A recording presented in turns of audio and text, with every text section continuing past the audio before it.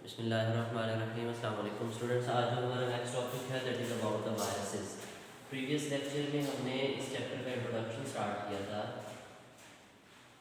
जिसके अंदर हमने नॉमेनक्लेचर, वैरायटी ऑफ लाइफ का इंट्रोडक्शन और 2 to 5 kingdom classification system, basically हमने 6 का जिक्र भी किया था थोड़ा सा उसमें, ये हमने डिस्कशन की थी। ठीक है, अब हमारे पास हमने वैरायटी ऑफ लाइफ स्टार्ट करनी है, तो सबसे पहले हम सिंपलेस्ट ऑर्गेनिजम्स के बारे में स्टडी करेंगे एंड देन फिर हम सिंपल से कॉम्प्लेक्स की तरफ जाना शुरू हो जाएंगे।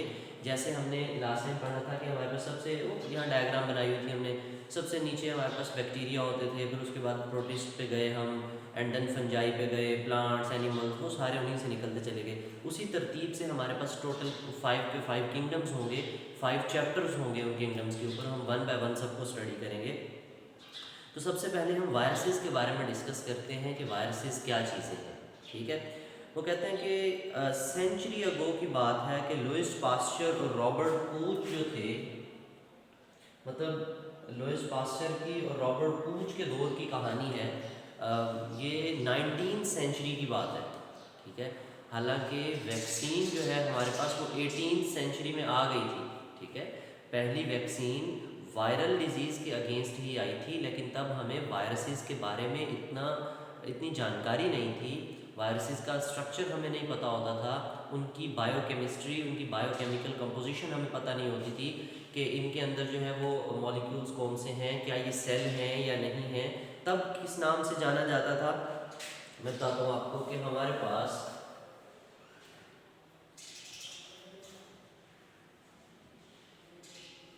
लुइस पास्चर के दौर की बात है कि वायरसेस को जाना जाता था कि वायरसेस आर द क्या कह रहे हैं उसको, कि ये पॉइजन है, जहर है, यानी हम उसको पार्टिकल तक कंसीडर नहीं करते थे। हम ये समझते थे कि शायद ये कोई फ्लूइड है, कोई फ्लूइड है। ठीक है, पॉइजन जहरीली चीज़ है कोई। अब जहरीली चीज़ से मुराद वो कोई जानदार भी हो सकता है, वो कोई बेजान लिक्विड भी हो सकता है, जैसे कोई जहर है, कोई केमिकल एक्सट्रैक्ट है, ऐसे। ठीक है, कोई भी केमिकल, हमें लेकिन एग्जैक्ट पता नहीं होता था। उस दौर में हम इसको यही समझा करते थे कि जो वायरस है वो एक पॉइजन है। ठीक है, दैट इज रिलेटेड या that causes disease and death. ये हमने तब पुरानी, ऐसे में पुराने ज़माने की बात है। ठीक है, तो पुराने ज़माने में वायरसेस को जो कंसीडर किया जाता था, वायरसेस को एज अ पॉइजन कंसीडर किया जाता था। तो यानी जो वायरस है वो एक जहर है, और जो जहर क्या करता है, बीमारी फैलाता है और मौत का सबब बन जाता है, डेथ काज करता है। लेकिन हमें एग्जैक्ट कहानी नहीं पता थी, हमें ये नहीं पता था कि वायरसेस की केमिकल कंपोजिशन क्या है, वायरसेस की केमिकल कंपोजिशन क्या है। ठीक है, वो कहते हैं कि आजकल की जो हमारे पर प्रेजेंट नोशन है, प्रेजेंट नोशन से मुराद ये कि प्रेजेंट नाउ, अब जो हमारे पास मेन आइडिया है, जो अब का नोट है, जो आजकल की वायरस की डेफिनेशन है, वो इंटायरली डिफरेंट है इस कहानी से। क्योंकि इसमें तो हमने एक जहर का नाम दिया ना वायरस को, लेकिन अब हम कहते हैं कि हमारे पास जो वायरसेस पार्टिकल्स हैं वो दो चीज़ों से मिलकर बने हुए होते हैं। वो बेसिकली न्यूक्लिक एसिड पार्टिकल्स हैं, ठीक है, प्लस उनके साथ प्रोटीन कोड हो सकता है, उनके ऊपर क्या हो सकता है, प्रोटीन कोड हो सकता है। अब ये जो न्यूक्लिक एसिड पार्टिकल्स हैं, न्यूक्लिक एसिड का भी आपने पढ़ा हुआ है कि दो फॉर्म्स होती हैं, डीएनए होती है या आरएनए की फॉर्म होती है न्यूक्लिक एसिड की, राइबोन्यूक्लिक एसिड या डीऑक्सीराइबोन्यूक्लिक एसिड। तो डीएनए या आरएनए है और साथ में प्रोटीन कोड है। ये आज की मॉडर्न डेफिनेशन है हमारे पास वायरस पार्टिकल की। ठीक है, अब प्रॉपर इसकी जो है ना वो डेफिनेशन देख लेते हैं और फिर इसकी डिस्कवरी और फिर इसकी हिस्ट्री के बारे में थोड़ी सी हम बात करते हैं। हमने कहा कि जो वायरसेस हैं these are non cellular particles. पहली बात हमने बोली कि ये नॉन सेलुलर है। नॉन सेलुलर ने एक चीज़ तो क्लियर कर दी कि इनकी बॉडी में सेल नहीं है, इनकी बॉडी में सेल नहीं है। और दूसरी बात, इन्फेक्शियस पार्टिकल्स हैं। क्या है ये, इन्फेक्शियस पार्टिकल्स। इन्फेक्शियस पार्टिकल से मुराद ये है कि ये इन्फेक्शन काज करते हैं। क्या करते हैं, इन्फेक्शन काज करते हैं। मतलब एनिमल्स में और प्लांट्स में या दूसरे जानदारों में ये बीमारियां फैलाते हैं, ठीक है। दूसरे जानदारों से मुराद वायरसेस बैक्टीरिया को भी नहीं छोड़ते, ठीक है। बैक्टीरियोफेज वायरसेस के बारे में हम पढ़ेंगे। नॉन सेलुलर है, सेल नहीं है इनके पास, इन्फेक्शियस पार्टिकल्स हैं। इनकी जब हम कैरेक्टर्स पढ़ेंगे ना तब हम इनकी डिटेल देंगे, ठीक है। तो जो वर्ड वायरस अब निकला है, ये निकला है लैटिन वर्ड से वेनम से। वेनम जहर को कहते हैं ना हम, ठीक है। वेनोम भी बोलते हैं, वेनम भी बोलते हैं, क्लियर। और वेनम का मतलब है पॉइजन। वेनम का मतलब क्या है? पॉइजन या पॉइजनस फ्लूइड, ठीक है, जहर। लेकिन अब हमने कहा कि वायरसेस जो हैं ये पार्टिकल्स हैं, न्यूक्लिक एसिड पार्टिकल्स हैं, और ऑफन जो है ना उनके ऊपर प्रोटीन कोट होता है। अब हम ज़रा इसकी मेन डिस्कवरी की बातें करते हैं। थोड़ी सी हम एडवर्ड जीनर के बारे में डिस्कशन कर लें, क्योंकि आपकी बुक में जो डिस्कशन है सबसे पुरानी बात से हम आगे एडवांसमेंट की तरफ जाते हैं स्टेप बाय स्टेप। हमारे पास 1796 की बात है, ठीक है, 1796। एडवर्ड जीनर हमारे पास जो है पर्सन था, बेसिकली इसका नाम, पूरा नाम तो डॉक्टर एडवर्ड जीनर था। Edward Jenner, he was the first person, ये वो बंदा था जिसने वैक्सीन जो है टर्म हमें इंट्रोड्यूस करवाई थी।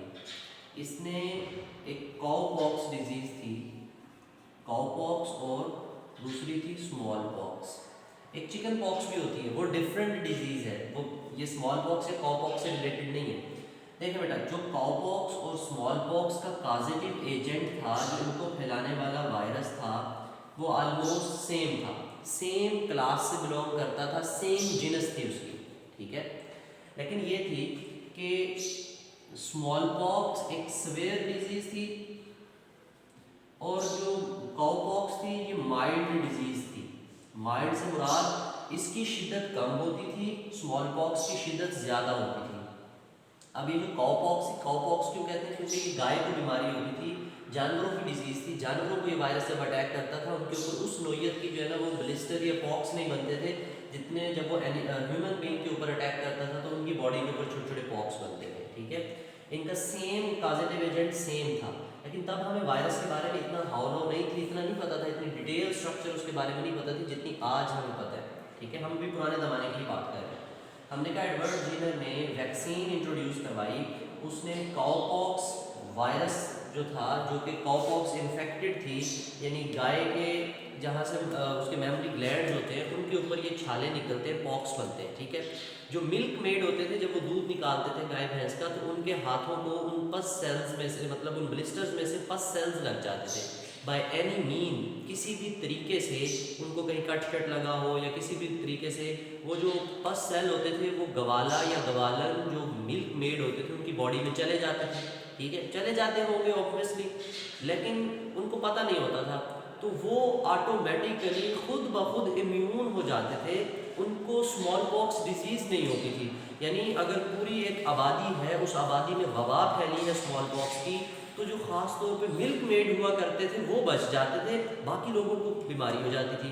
तो यहाँ से एडवर्ड जीनर ने आइडिया लिया कि इसका मतलब मिल्क मेड जो लोग हैं, जो ये गवाला या गवालन है, इनके अंदर ऐसी कोई ना कोई इम्यूनिटी, ऐसी कोई ना कोई रेजिस्टेंस ज़रूर है जो जो है ना स्मॉल पॉक्स के अगेंस्ट काम करती है, ठीक है।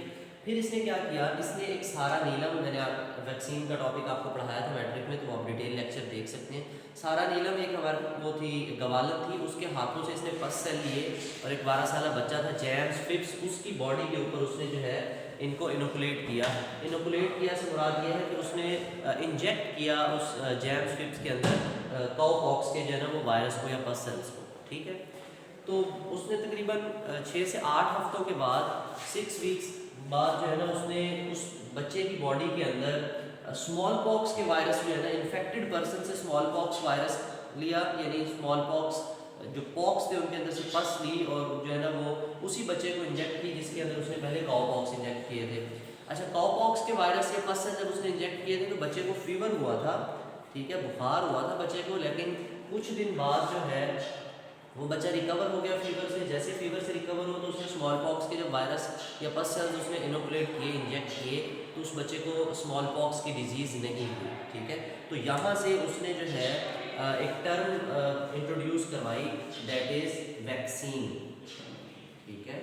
वैक्सीन की टर्म एडवर्ड जेनर ने हमें इंट्रोड्यूस करवाई, और पहली वैक्सीन वायरल डिजीज़ के अगेंस्ट ही बनी, जो कि कौन सी थी, स्मॉल पॉक्स थी, ठीक है। अब वैक्सीन का वर्ड लैटिन वर्ड से निकला, जिसका वैका, वैका का मतलब क्या था, काउ, ठीक है। तो ये यहाँ से जो है ना वो वैक्सीन की टर्म इंट्रोड्यूस हुई। अच्छा, अब हम आते हैं ज़रा वायरसेस की मॉडर्न नेचर के ऊपर, कि वायरसेस को मॉडर्न डे में हमने कैसे जो है वो फिर उनके बायोकेमिस्ट्री को, उनके बायोकेमिकल स्ट्रक्चर को हमने समझा। ये तो थी 1796 की बात, मीन्स के 18th सेंचुरी। उसके बाद जो लुइस पास्चर का, और हमारे पास इसके दूसरे जो दोस्त थे, Robert Koch, one of the famous microbiologist Robert Koch, इसी ने जर्म थ्योरी ऑफ डिजीज़ भी पेश की थी माइक्रोबायोलॉजी में, कि जो माइक्रो ऑर्गेनिज्म, जो हमें बहुत सी बीमारियां होती हैं उनको फैलाने वाले माइक्रो ऑर्गेनिजम्स होते हैं, क्योंकि पुराने ज़माने में ये समझा जाता था कि ये जो बीमारियां होती हैं ये बदरूहों की वजह से होती हैं, बैड सिप्लेट्स की वजह से होती हैं। तो बाद में हमें रॉबर्ट कूच ने बताया कि नहीं नहीं, ऐसा कुछ नहीं है, कोई भी बीमारी है, उस बीमारी के अंदर कोई ना कोई उसका काजेटिव एजेंट होता है, और वो काजेटिव एजेंट या तो माइक्रो ऑर्गेनिज्म वायरस होगा, या फिर माइक्रो ऑर्गेनिज्म बैक्टीरिया होगा। क्लियर?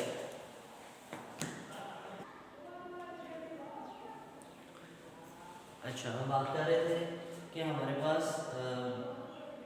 1796 में एडवर्ड जेनर ने टर्म वैक्सीन जो है वो इंट्रोड्यूस करवा दी। अच्छा, फिर इसके बाद दोबारा जो वायरस के स्ट्रक्चर के ऊपर काम शुरू हुआ वो 1884 में स्टार्ट हुआ। 1884 में यही लुइस पास्चर और इसके एक और कोलीग थे, को-वर्कर्स थे, जिसका नाम चार्ल्स चैम्बरलैंड था, ठीक है। हम देख लेते हैं कि हमारे पास लुइस पास्चर और चार्ल्स चैम्बरलैंड,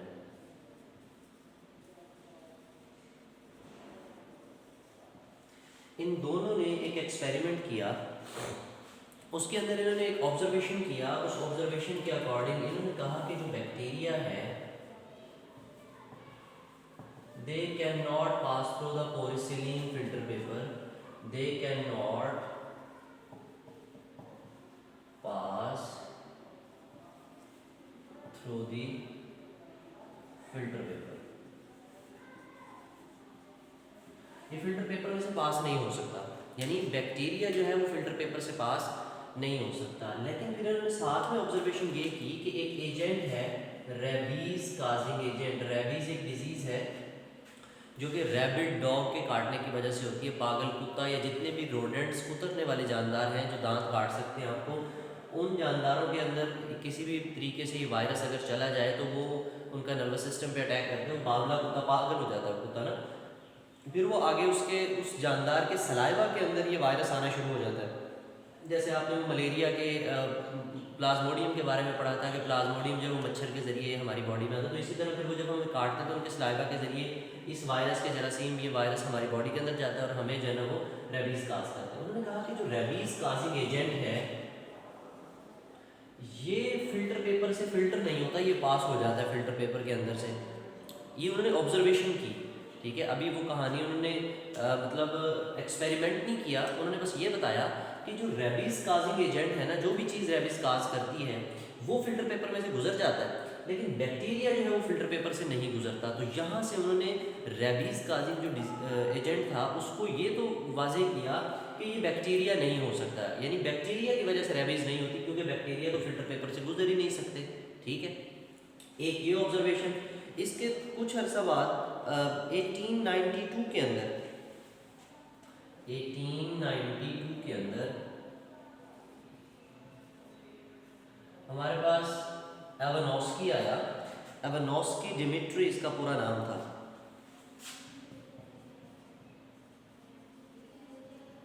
एवानोस्की, इसने जो एक्सपेरिमेंट किया, इसने टोबैको मोज़ेक वायरस TMV पे काम किया।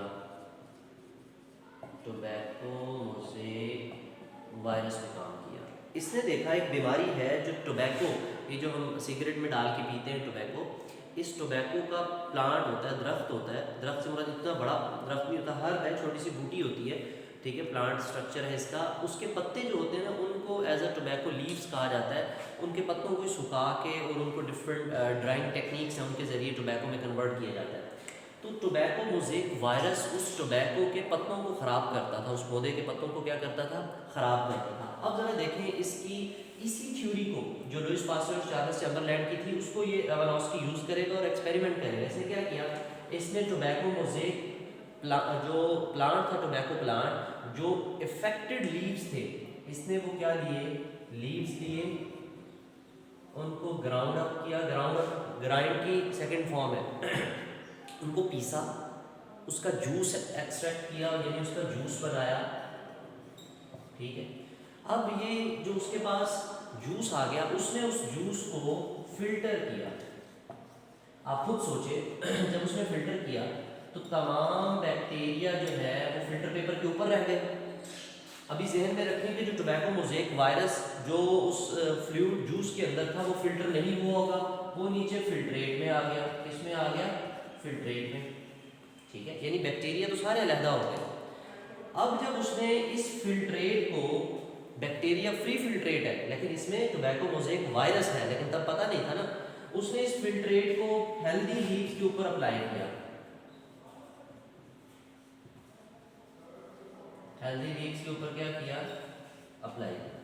जब उसने इन लीव्स के ऊपर अप्लाई किया, हेल्दी लीव्स के ऊपर अप्लाई किया फिल्ट्रेट को, तो एज अ रिजल्ट क्या हुआ कि जो हेल्दी लीव्स थे वो भी अफेक्टेड हो गए, ठीक है, वो भी क्या हो गए, अफेक्टेड हो गए।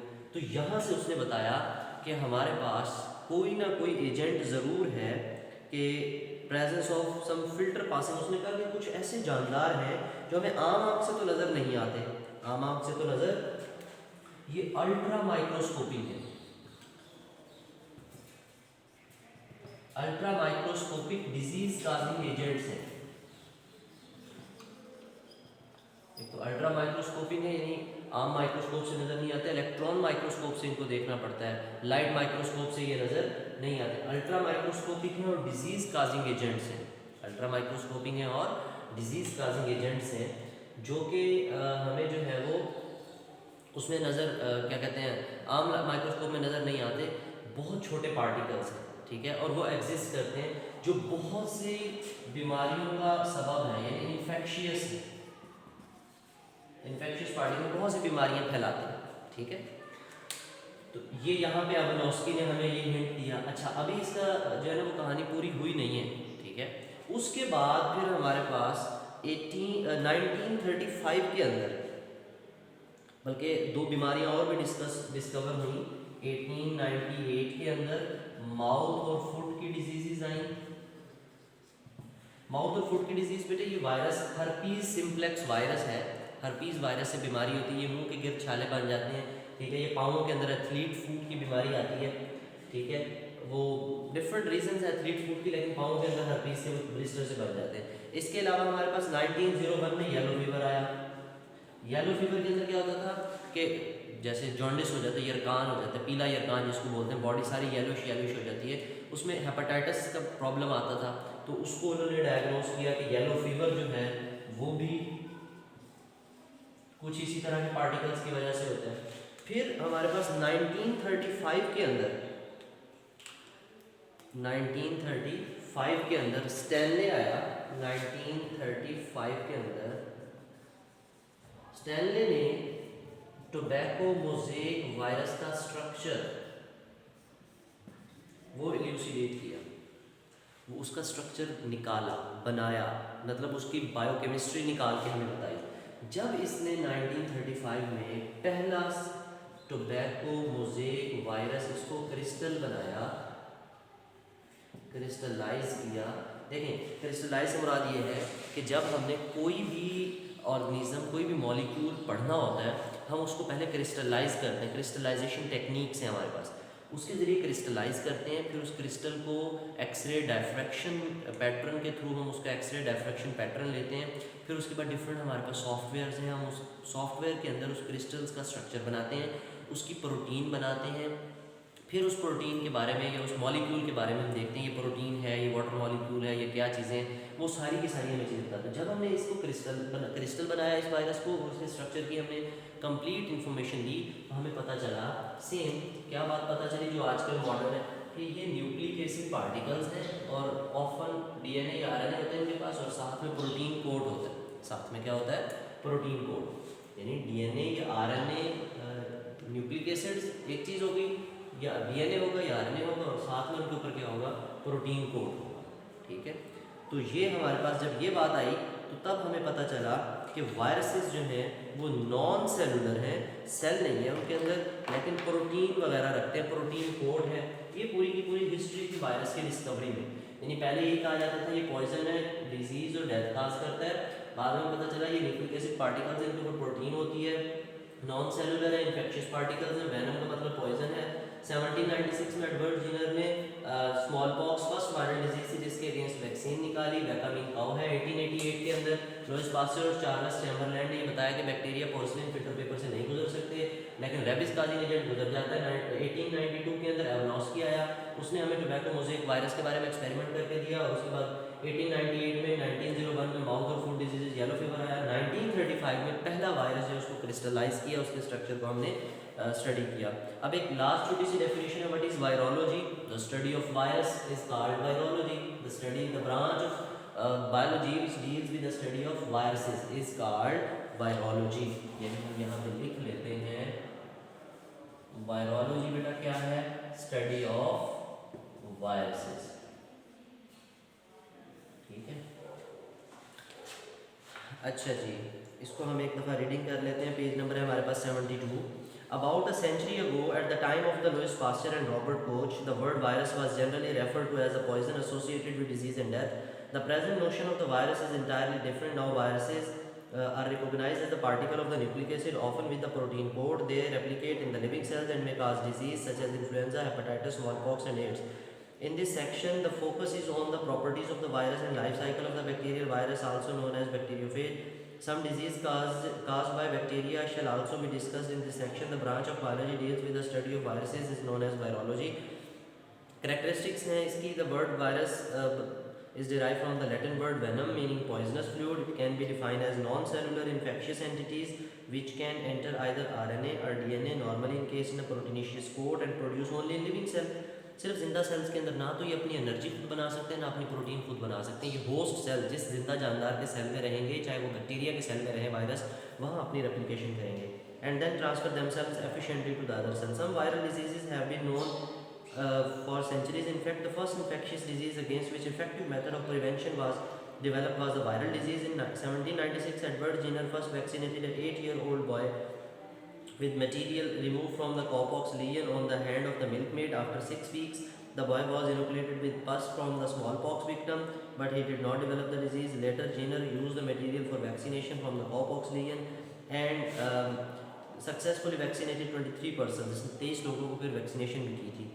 As the material he used obtained from the cow, Latin vacca, later the term vaccination was used by the Louis Pasteur for inoculation against diseases. फिर 1888 में one of the Pasteur's associate Charles Chamberland found that, इसी के दोस्त ने found that, ये क्या निकाला इसने कि bacteria can not pass through the filter paper, इसी के साथ काम करता था, तो उसने इसको बताया कि पोर्सिलिन फिल्टर पेपर से नहीं गुजर सकता। While agent responsible for rabies a disease which is transferred, वो डिजीज़ जो पास हो जाती है, रेबीज काज करती है, वो गुजर जाती है। रेबीज की क्या है? A disease which is transferred to the human by bite of the rabbit, dog, fox, cats, bats and the other animals can pass through these filters. As in those days, the word virus was loosely used to describe any toxic substance that caused disease. Those unseen filterable agents of the disease were described as a filterable viruses. उनको फिर बाद में filterable viruses का नाम दे दिया, ठीक है, लेकिन उस वक्त ये poisonous substance ही माना जाता था इसको. In 1892, Aronofsky discovered that agent which caused the tobacco mosaic disease was filterable. He obtained bacteria-free filtrate from the ground up infected plant and placed it on the healthy leaves of the tobacco, he observed that the filtrate produced the disease in healthy plant. After that, presence of the similar filter passing ultramicroscopic agent were seen in the um, victim of the many diseases include the foot and mouth diseases and the yellow fever. The filterable agent was first purified in 1935 when Stanley was successful in crystallizing the tobacco mosaic virus. Chemical analysis of these particles showed that they contain only nucleic acid and protein. This suggests that unlike other forms of the viruses are the मतलब बाकी variety of life के निस्बत अगर हम देखें तो viruses बहुत सादा हैं, सिंपल केमिकल कंपोजिशन यानी मॉलिक्यूलर लेवल तक कहानी है, इनके अंदर कोई ऑर्गेनेली भी नहीं होता, सेल तो है ही नहीं ना, नॉन सेलुलर है, जब सेल होगा तो तब इनकी ज़िंदगी शुरू होगी। ये साइड बॉक्स है, ये हम इंशाल्लाह नेक्स्ट लेक्चर में डिस्कस करेंगे। इस होल टॉपिक में कोई क्वेश्चन हो तो आप कमेंट सेक्शन में पूछ सकते हो। थैंक यू, अल्लाह हाफिज़।